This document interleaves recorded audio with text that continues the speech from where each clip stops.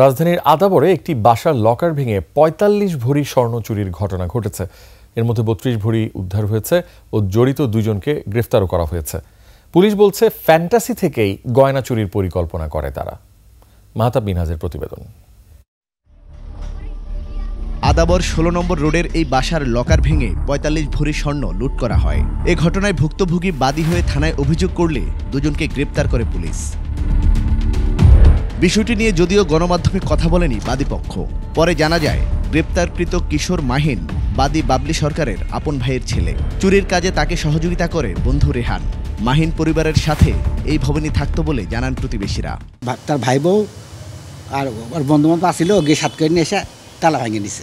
এক রুমে থাকে ৩ বছর ধরে। আদাবর থানার ওসি জানান ফ্যান্টাসি থেকে গয়না চুরির পরিকল্পনা। মাহিন তার ফুফুর বাসা ফাঁকা পেয়ে বন্ধুকে নিয়ে এই ঘটনা ঘটায়। বাদী তার বাসা থেকে বের হয়ে মা অসুস্থ হসপিটালে যায়।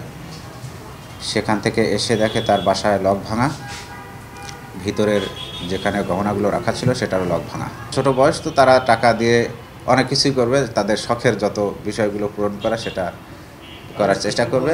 ৪৫ ভরির মধ্যে ৩৫ ভরি স্বর্ণ উদ্ধার করা হয়েছে বলে জানিয়েছে পুলিশ।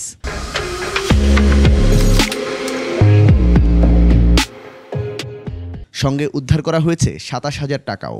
মাহিনের দেয়া তথ্য মতে আরেকজনকে আমরা, মাহিনেরই বন্ধু, আরেকজনকে আমরা গ্রেপ্তার করি, রেহান, এবং এই দুজনের তথ্যের ভিত্তিতে ৩২ ভরি স্বর্ণ ১০ ভরি রৌপ্য উদ্ধার করা হয়।